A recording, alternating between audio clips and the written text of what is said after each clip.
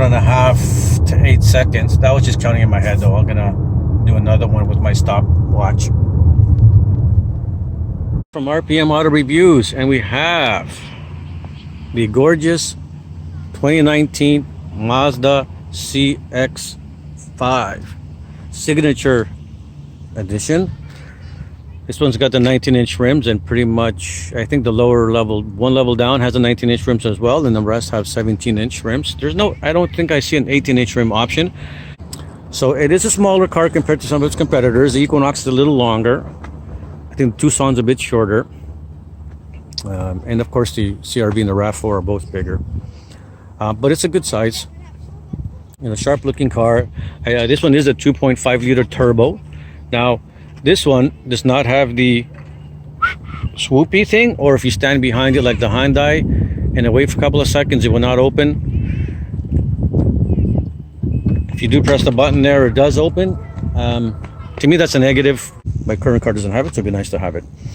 Cargo space is supposed to be 29.9 cubic feet, so around 30 cubic feet. When I read the specs of my 2011 Santa Fe, they say that it's around 30 cubic square feet as well. I'm guessing they did the test different back then, because my cargo space is relatively visibly bigger than this, and I've actually measured it as well. So to give you an idea, we've got 37.5 inches from the center point with the seats in the normal position.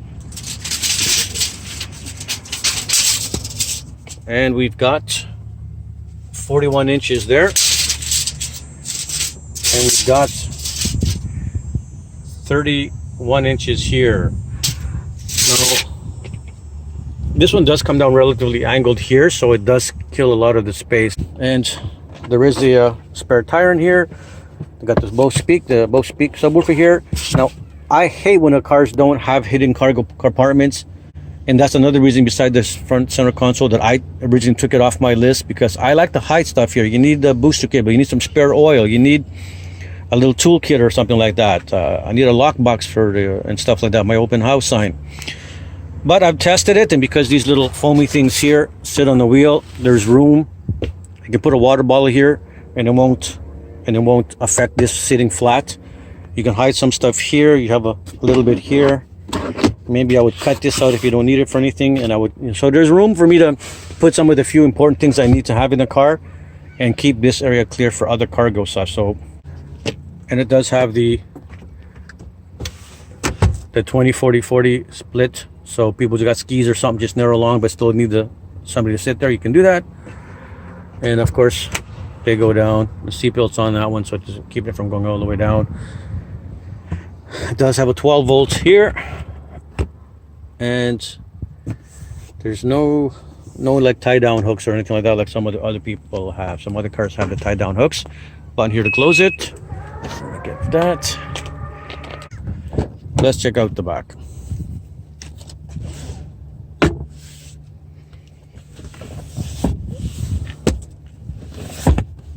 Now, this does have 1, 2, so it's slightly recessed. Only 2 positions, not a lot, but it's okay. Over here you got something for a bottle of water. Now, it's not very big. The Equinox has a bit more, and the Equinox doesn't have a lot either. Other cars do have more. Now, this being the Signature, we do have leather here. Nice, I think it's leather also. Nice soft touch. Apparently it's supposed to be real wood. Soft touch everywhere except for the bottom. Nice, and the Nappa leather really is softer to the touch, man. It's really nice. I gotta give them props for that. Okay, so the seating in the front position for me, which I'm 5'6", and I've got, I don't know, what's that, 5 inches or so. Now there's a hump here, not a very large one though, so someone can sit in the middle here with their feet like that. And there is a lot of leg room down here too for when larger people need to put their feet. We got the air vents here, and this side, the seat's a bit further back on this one. You can see my legs are a little closer. Now, I did test this earlier. I put the seat all the way down and all the way back with a more natural position of the backrest, and my knees were digging into it like that. Okay, in the center here, we got the 2 cup holders and the heated seats for the rear seats, and a little cubby here for little stuff, and there's 2 USB ports here for passengers and the kids to charge their stuff.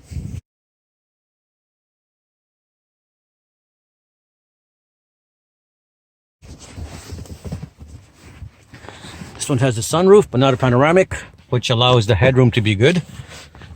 Headroom, my test is putting my hand. I can get my entire hand over my head. And I probably still have room to put another thumb in there. It's not a big car, guys, but it's definitely adequate and comfortable.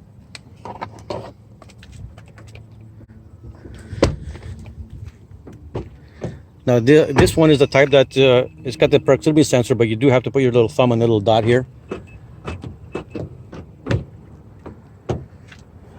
It does have a little flasher here for the turn signal as well. It's got 2 level cubbies here for water or some other stuff.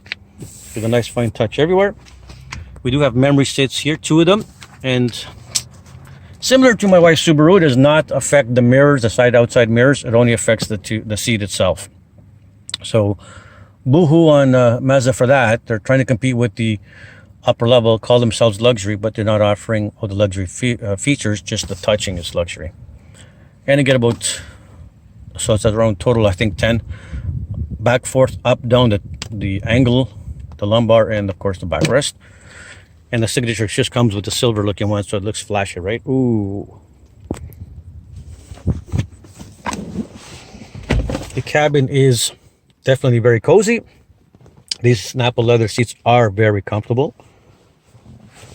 They're very bucket design, and as are the back, very bucket shape. So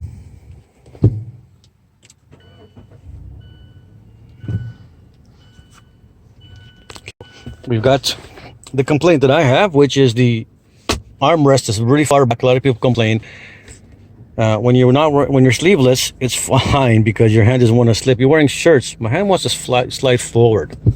So when it's in drive, at least my hand can rest there, and my elbow just makes it onto the armrest. I like to have a longer armrest, and I would have preferred these would be here, sideways. And there's probably enough room here to have designed this so the cup holders can be sideways. This could be a little bit more forward, but maybe a small little cubby here for something. And this could have been forward. Of course, we have the shifter, and we got the sport switch, which just affects your revs. Does not do anything. I don't believe it does anything else with the dynamics of the driving. It's just the revving gives it a bit more responsive, and it is nice to drive with that responsiveness when you're in the mood to be sporty. We've got the electric brake here. We have the auto hold. The auto hold is when you're coming to a stop. If you take off your foot for some reason because you reach back for something and you let go of the brake by mistake, the car stays on until you press the gas to go. Here we have your infotainment system, which you control pretty much everything from here, and the volume buttons here. It's pretty good. It's when your car's driving and you're in drive, you cannot, even though this is touchscreen, you cannot touch it while you're driving, but while you're driving, this allows you to surf around and do something, so that way they know you're paying attention. You can, because as you get used to this, you learn it and you can do it more comfortably. It's not the most intuitive system for finding everything, but I guess once you've owned this car for a little while, you'll get used to it. The shifter does have a manual mode, but there's no paddle shifters on this. You just got to go up or down, and this one's kind of backwards to most cars. The downwards is upshift and the forward is downshift, so I'd have to get used to it if I buy this because my car's backwards, or my car's the other way. We do have nice leather material here instead of just being plasticky like the Equinox, so that's more comfortable to be able to lean your foot against there. Nice, again, design everywhere. We have the sunroof, not panoramic, but that's fine for me. It's not a big deal for me. Got sunglass holder, lights. What's that? Oh, that's just a dome light. And we got, of course, the visors with the mirrors. Now the Signature series does have a frameless mirror, where the other one has a little black edge all the way around, and the buttons here for the garage are facing you on the little black edge around. This is frameless, so blocks less of your view on this way. So that's kind of blocks less view of this way. I'm moving the camera on you guys, so that's kind of nice to have the frameless design. The difference between the Signature and the GT with the really is, once you've added the 2.5 liter to the GT, the only difference is that on this one you get the instrument cluster. That's all. This is all digital here, whereas opposed to the other models, that the all this information is in the middle, and this information, like the trip and those other little settings, are on this little side here. So this side is the digital side, and these two sides are all the analog. And these two little fuel and kilometers on that you can see on the around the edges on there, those two are not there. And you get the Nappa leather. So $800 more to go to the Signature. I mean, that's not a lot just to get the Nappa leather and some digital things. They give you a little more chrome accents. You get LED lighting here instead of halogen or something else. So the stereo is a, I think, 9-speaker Bose. It sounds pretty good. Overall, no complaints. It's decent. And it's nice to, it has the climate control down here with nice hard buttons. So that's nice. I don't like it to be completely all digital. It's nice to actually have that. We got the steering wheel heating here. This, the upper models do have the heating and cooling seats. The rear seats are heating, but I think only in the GT Touring and higher.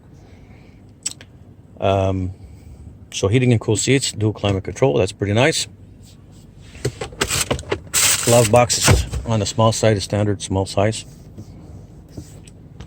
On the steering wheel, we have the volume controls for the and the information. You can see the trip options and different things you can set in here, and you can also flip back and forward on your radio stations are back and forth here as well. This is for answering, hanging up the phone. This is for the mode. Cruise control for on and off. This is for setting the adaptive cruise control distance, and of course your accelerating and decelerating and setting your cruise control. Again, no paddle shifters on that. Normal controls for your wipers and all that, and lights here. It does have the auto lights system for turning on. You have an option here to open the trunk, the hatch, and the traction control to be turned off, and you can turn off your lane keep assist here if you needed to.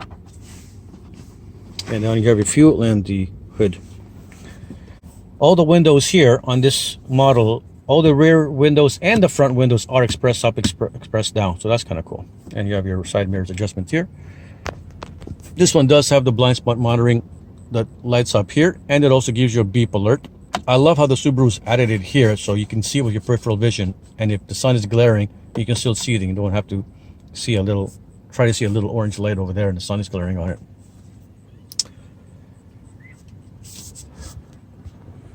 So overall, yes, you know what? You kind of feel like you're in an Audi or some kind of more of a European feel in this car. It's very nice. The forward braking collision, I didn't test it myself, but it's supposed to be really good from other reviewers that I tested. And from 50 kilometers and lower speeds, it stopped every time before hitting the little soft thing that they put in the front for testing it. Some other cars failed. It would still hit it either softly or medium. So good on Mazda for having a stronger forward braking mitigation system, though the lane keep assist, as I mentioned in the driving portion, is so-so. So overall, I mean, you know what? It's a good car, but there are some negatives too. You know, it's not the largest car.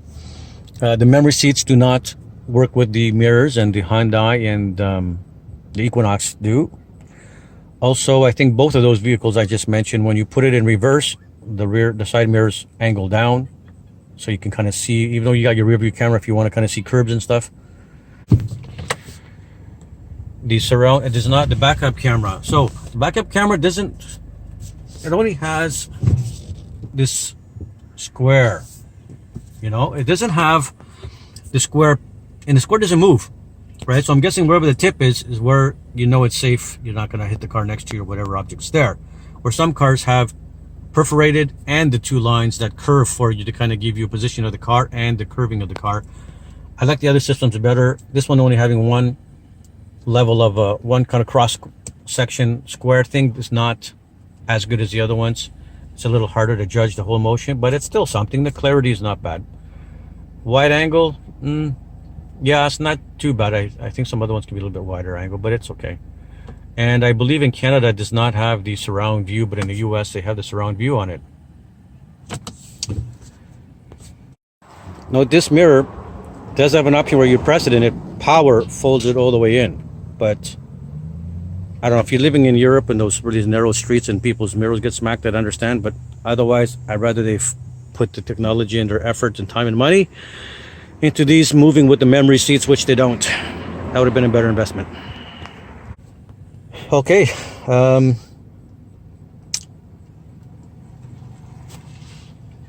I forgetting anything at the moment that I wanted to mention?